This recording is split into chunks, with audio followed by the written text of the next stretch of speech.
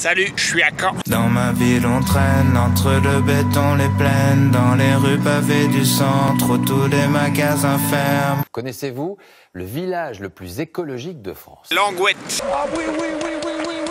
Je vais à Langouette parce que le maire de Langouette a commencé une transition énergétique il y a bien des années avant que ce soit une mode de bobo. Je vais aller le rencontrer, enfin j'en sais rien, il est pas au courant pour le moment.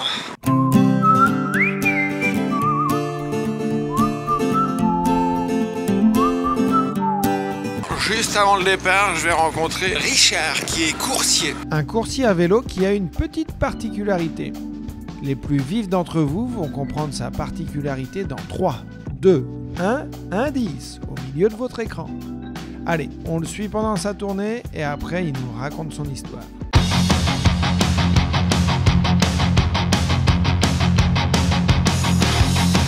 Merci beaucoup. Voilà, bonne journée. Je suis avec mon vélo électrique, j'ai mes 2 jambes et je me fais distancer par Richard qui est avec son vélo mécanique et qui n'a qu'une jambe.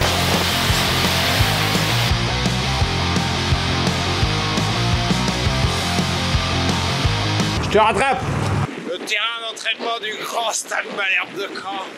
Allez, Malherbe! Le mythique stade Benoît est tellement grand que tu mets un sapin de vin, on le voit plus. Ah bah il est là.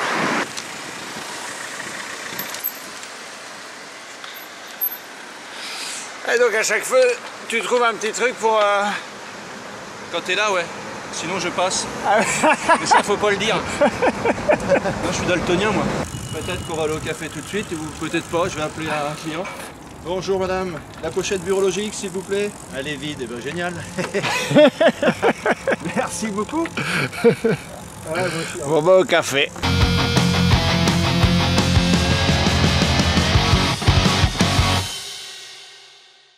Octobre 2009, voilà, ma vie bascule, on va dire. Je me fais amputer de la jambe. Donc je prends un petit peu de temps pour me remettre de tout ça. Et puis je me suis dit la chose la plus facile finalement pour quelqu'un qui est sur une jambe, c'est peut-être de faire coursier à vélo. Logique. Logique. Donc je me suis mis en auto-entreprise, j'ai ouvert ma petite boîte de coursier à vélo. Quand on est sur un vélo, on va où on veut, quand on veut. Ouais. Faut l'utiliser le vélo pour le comprendre, hein, ce sentiment de liberté là. En fait j'ai vraiment ce sentiment aussi, c'est pareil, moi sur le vélo maintenant j'ai l'impression d'être au niveau de tout le monde. La morale de l'histoire c'est que voilà, depuis que je suis sur une jambe, bah, je vis de ma passion. Et pourquoi tu ne l'as pas fait avant? Parce que je m'étais jamais donné les moyens de voilà. J'avais été un cancre à l'école aussi, Okay. Donc ça commence aussi à l'école, tout ça. Donc j'ai subi un petit peu tout ce que j'ai fait après. Et puis voilà. Et donc ça a été le déclic pour te dire j'ai envie de faire ce que je veux. Voilà, ouais. Quelque part dans ma tête, j'avais plus rien à perdre, on va dire. Et tu reviendrais pas en arrière? Et ben c'est presque vrai. Ouais, carrément. Ouais. C'est beau. Enfin, ouais, c'est fou quoi. Non mais c'est fou d'entendre ça quoi. Oui, je sais que c'est fou. Et ouais, c'est fou. Je laisse Richard, entouré d'autres potes qui ont aussi décidé d'avoir la liberté de prendre un café le lundi matin, alors que la majorité de la société est au bureau. C'est une belle leçon dans ta gueule qu'il te donne le Richard. Je suis pas encore parti, je suis déjà content.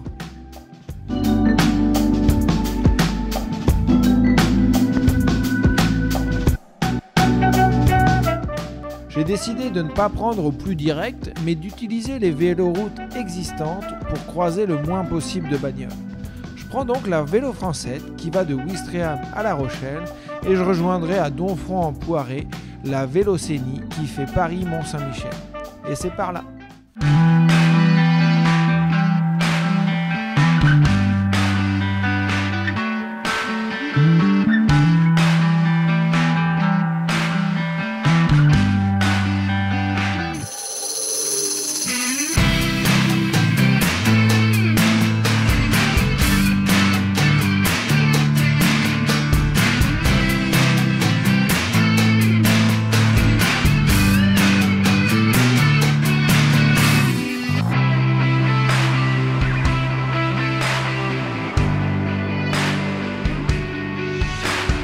Parfois les pistes cyclables elles sont mal indiquées ou c'est un peu le bordel. Alors là c'est un régal. Ils ont même installé des petits miradors pour admirer la vue.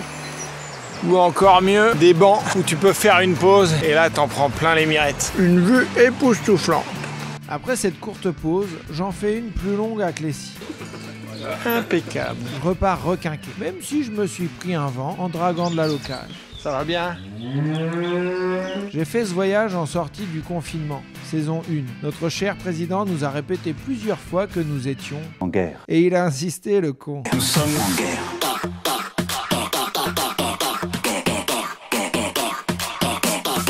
Quand t'es originaire de Normandie, tes grands-parents t'ont raconté leur guerre, il y a un décalage avec les propos de Manu. En 1994, ma grand-mère paternelle a écrit un texte sur ce que la famille a vécu en 1944, ici à Condé-sur-Noireau et dans les vallées alentours. Je vous laisse avec les mots de Jeanne-Marie, 22 ans à l'époque.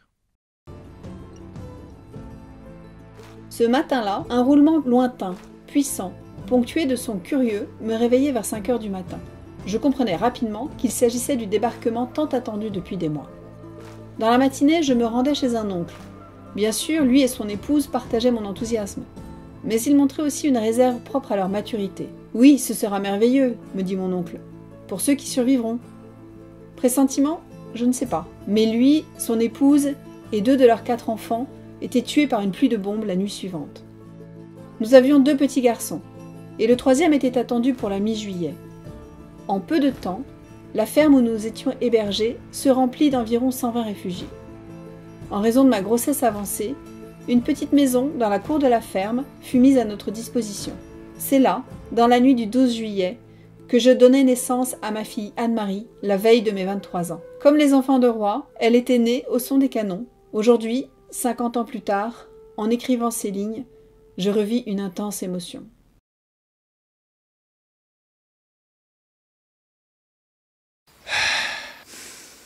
Je pourrais vous faire croire que cette nuit a été le paradis, c'est pas le cas. Il y avait un chien qui arrêtait pas d'aboyer à partir de 2h30, c'était chiant. Mais bon, ça fait partie du jeu. Aujourd'hui, je vais me diriger vers le Mont-Saint-Michel. Soit je me fais une petite journée, soit je vais direct camper au Mont-Saint-Michel et j'y reste 2 jours. On va voir. En tout cas, j'ai le numéro de Monsieur Cueff, le maire de Langouette. Donc, faut que je l'appelle ce matin et ça va décider un petit peu du programme.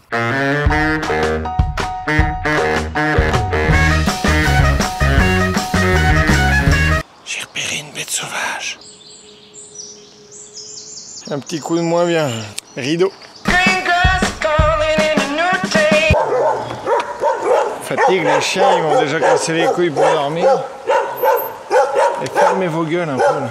Le chien n'est pas le meilleur ami du cycliste. Fatigué de mal dormir? Tuer des chiens. Les chiens à vélo c'est relou. Ils arrivent comme ça, ils t'aboient la gueule sur le côté. Si t'as pas les 2 mains sur le guidon, il y a moyen de te vautrer quoi. Vous connaissez pas Donfranc en Poirel? Qu'est-ce que c'est mignon!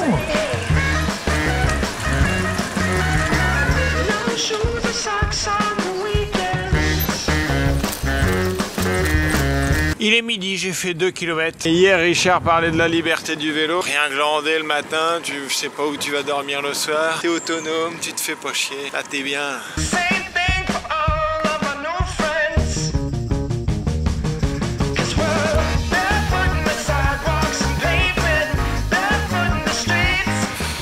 Tu la sens bien la Normandie?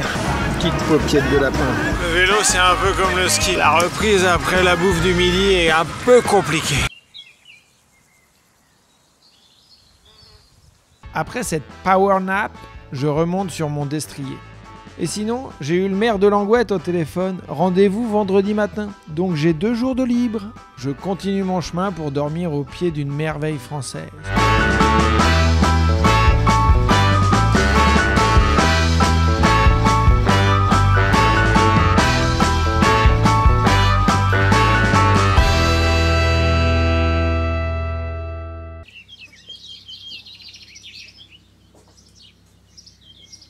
Aujourd'hui, lessive du guerrier, repos du guerrier et visite du Mont-Saint-Michel.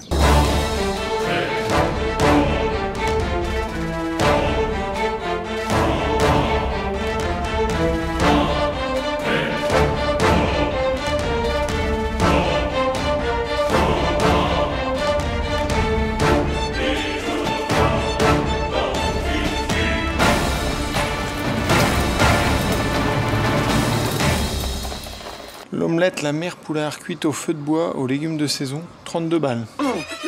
Elles chient des œufs en or, les poules de la mère poulard. La première fois que je vois aussi peu de monde. Et ça fait du bien de voir personne ici parce que j'avoue que les dernières fois où je suis venu, c'était Disneyland en fait. Il n'y avait que des touristes.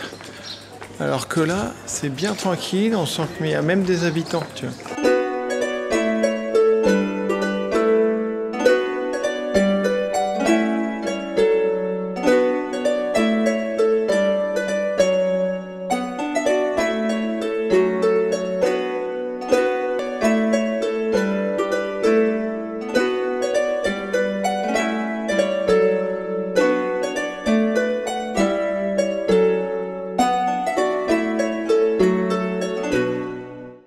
Je vous ai pas dit où je dormais là depuis 2 jours. J'ai trouvé un site qui s'appelle Home Camper et tu peux aller faire du camping chez les gens. Ils ont un bout de jardin ou un champ. Donc moi ça fait 2 jours que je suis au manoir de Beauvoir, une ferme laitière. Et là il y a Benoît qui devrait me héler tout à l'heure.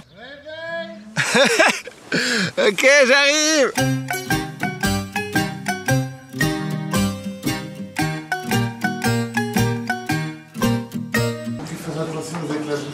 Ouais. Parce qu'il se peut que des fois elle fasse des coups de caca. Ça y est, j'ai mis mon bleu de travail, qui sera probablement un marron noir de travail d'ici peu de temps. Là, je me suis fait bombarder, les copains. J'ai passé 1 heure à traire les vaches. Enfin, à regarder Benoît traire les vaches. On a papoté et c'était passionnant. Extrait. 1 heure pour toutes les traires le matin, 1 heure pour toutes les traires le soir. Ouais. Et c'est... ouais, d'accord. Donc un paysan travaille 2 heures par jour. Ah bah, comme un intermittent du spectacle. Ouais. Alors, finalement, on fait le même métier. Hein. Ils se plaignent des paysans, mais ils ne foutent de rien. Ouais. Il y a une belle bande de feignasses, ça. C'est 7 jours sur 7. Mais donc, toi, t'as jamais un week-end. Non. Jamais.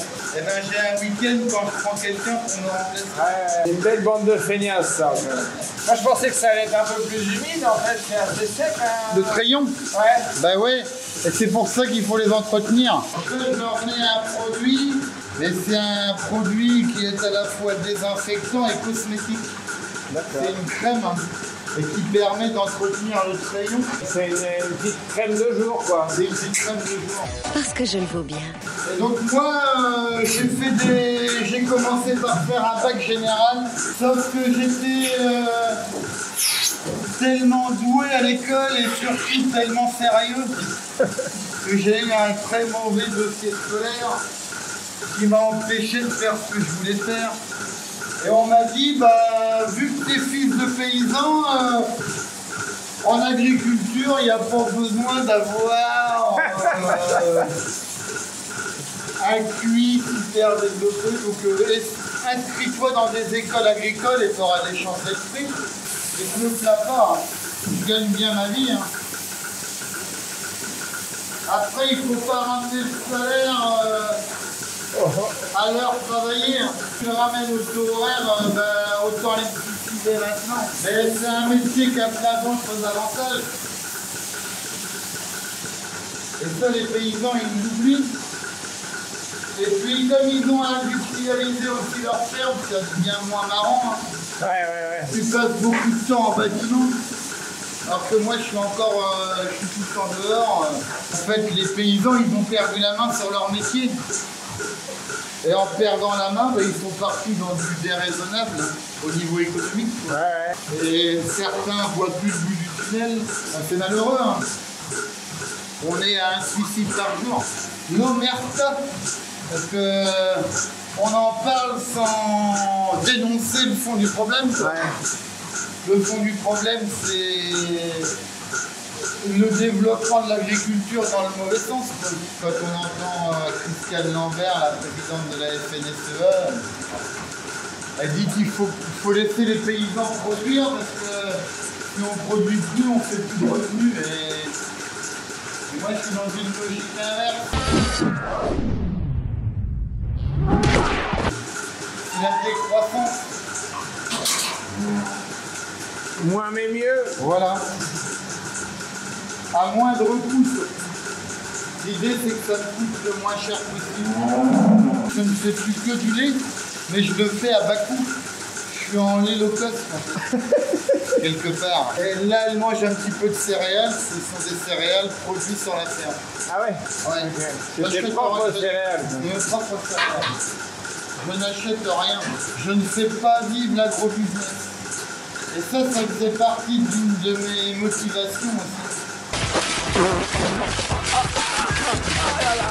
C'était par conviction politique et personnelle et politique.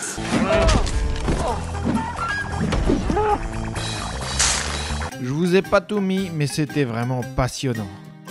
Malgré l'odeur et les déjections. Je crois que je vais reprendre une douche. J'aurais pu rester des heures à refaire le monde agricole avec Benoît, mais plus autour d'une bière que dans les shows. Tu coulisses ton doigt de haut en bas. Voilà. Ça va rien me dire. T'es pas prêt d'avoir fini. Hein. Ça, on va prendre un peu de recul quand même, qu'on voit l'artiste. C'est une fontaine. On est sur une vache fontaine. J'ai un demi. Ouais. Hop, la tireuse. Moi je vais boire un coup à ta santé. Voilà. Chine. Au début de mon voyage, je me doutais pas que j'allais me retrouver à boire du lait en circuit méga court aux côtés de Benoît. Le hasard peut-être un peu, la chance sûrement aussi. Bah ouais, mais je suis persuadé qu'il faut savoir la provoquer. Je laisse Benoît avec ses vaches. Ictérine, Nutella, Nucuti pipi, Mindanao, Niulechu, Islande, Ivré, Néo. et Maurienne. Je dis au revoir à mon campement et au Mont Saint-Michel. Et je remonte sur ma bête à cornes. 55 km pépère jusqu'à mon étape du soir, Combourg.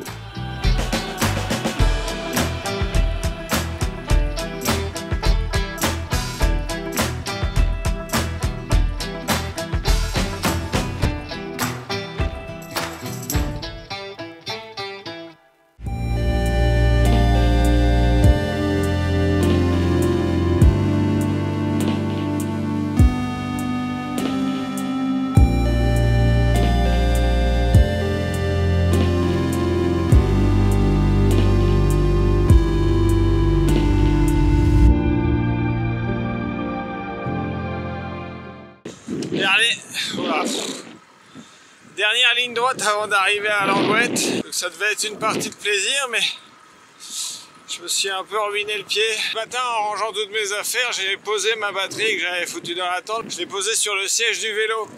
Et en attendant... Non, chut. Voilà, donc j'ai parlé des chiens la dernière fois. Je viens de me faire courser.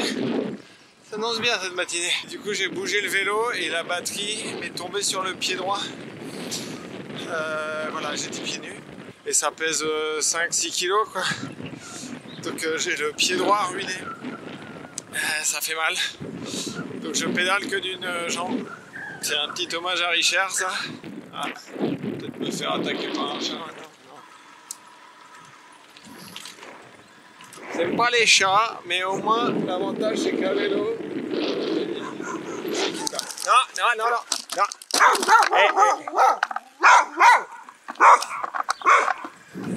Bon, je vais être content d'être arrivé. Moi.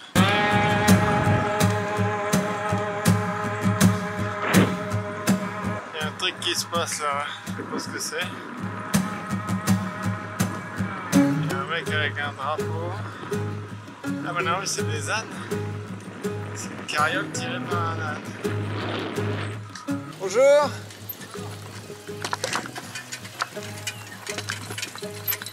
Bonjour. Vous vous baladez? Ouais. Vous allez d'où à où?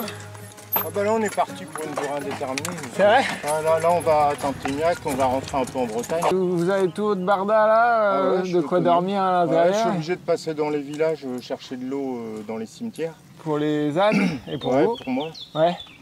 Là justement je voudrais m'arrêter. Je vais à Travoux, il y a une petite rivière, je vais essayer d'aller à la rivière voir si elle est propre pour faire ma lessive. Oh Vénus, oh. Non mais moi j'ai du mérite, enfin j'ai de l'estime pour les gens comme toi en vélo. Ah bah moi j'ai de l'estime pour les gens comme toi. Ouais non mais si tu veux là c'est... Attends, Vénus, peine. Si tu veux, là, ça c'est mes ânes, parce que c'est la mode et ça me gonfle. Que ce soit la mode, on prend un animal et au bout du voyage, on le bazarde. Tu vois, ça me fout hors de moi.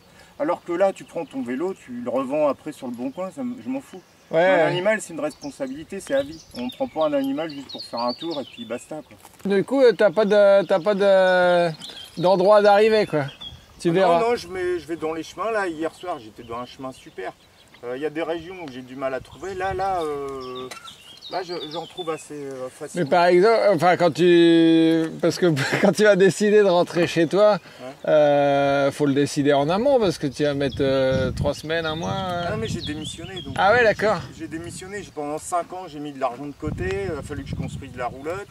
En 2 ans, je l'ai testé pendant mes vacances. Ok. J'ai fabriqué mon poêle à bois l'hiver dernier. Je l'ai testé. J'ai fait plein de tests. Du coup, j'ai réglé la question du timing. Je veux pas avoir Et toute ma vie, j'ai eu des horaires au boulot, tu vois, des impératifs, des horaires. Ça me fait chier. Je vis sans montre. Quand il y a des horaires, des rendez-vous, c'est la grosse angoisse pour moi. Donc là, c'est pas stress. On rentrera quand on rentrera. Bon bah Pénélope, Vénus et Olivier, à bientôt. Toi, Tristan, bah, bon courage. Et bah bon chemin. Après cette rencontre improbable, j'arrive à Langouette. J'étais content de pouvoir interviewer Monsieur Kuef. J'étais sa dernière interview après Le Monde, France Info et le New York Times. Content de rencontrer une personne qui est plus dans l'action écologique que dans l'incantation. Si il n'y avait pas la télé, je ne le ferais pas. Ici, c'est du concret. Et en flânant dans le village, avant mon rendez-vous, j'ai rencontré Thierry, le cuistot de la cantine bio et locale. Du concret, je vous dis. Vas-y Thierry, explique-nous. Et donc là, la cantine, c'est 100% bio ? C'est 100% bio, ouais. Okay. Et comment vous faites ça ? Bah, facilement. Facilement. On travaille avec des petits producteurs qui sont au plus proche en fait de Langouette. En tant que cuisinier, c'est plus intéressant de travailler. Moi, j'aurais pas fait autre chose en fait. Parce que avant, en restaurant, j'ai toujours travaillé en frais en fonction des saisons. Je ne me voyais pas du tout intégrer une école et ouvrir des boîtes, des sacs, recevoir du congelé et tout. Moi, ça m'intéresse absolument pas. En général, ils mangent bien, quoi. Ouais. Et les enfants ont l'air d'être contents. Je veux savoir, elle est bonne la cantine ou pas ? Même s'il y en a toujours un qui veut faire son intéressant. Elle est dégoûtante. Tu lui mets une mauvaise note ? 0 sur 0. Vu que ça marche et que vous avez l'air épanoui, vous savez pourquoi le reste des communes ne fait pas ça ? Bah, c'est une volonté politique, quoi. Merci pour la transition Thierry. C'est l'heure de retrouver Monsieur Kuef à la mairie. Alors déjà, comment ça a démarré cette aventure à Langouette ?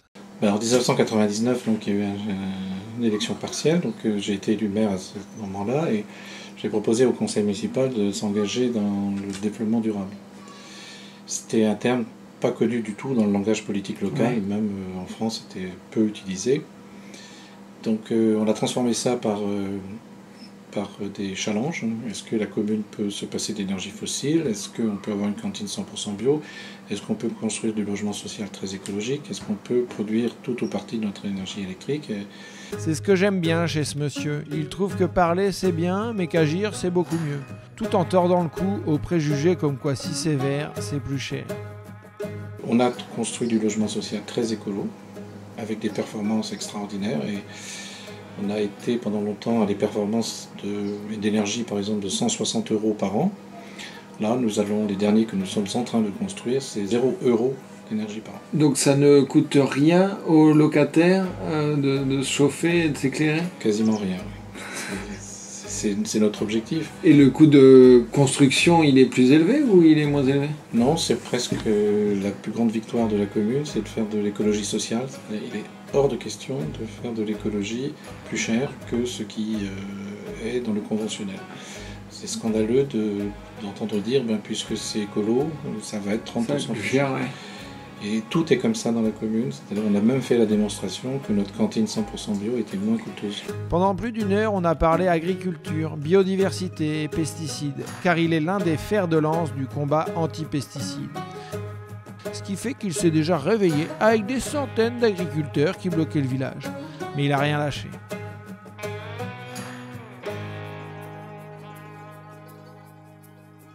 Voilà, ma semaine se termine. Je suis ravi d'avoir rencontré des gens qui se battent, à titre personnel ou collectif.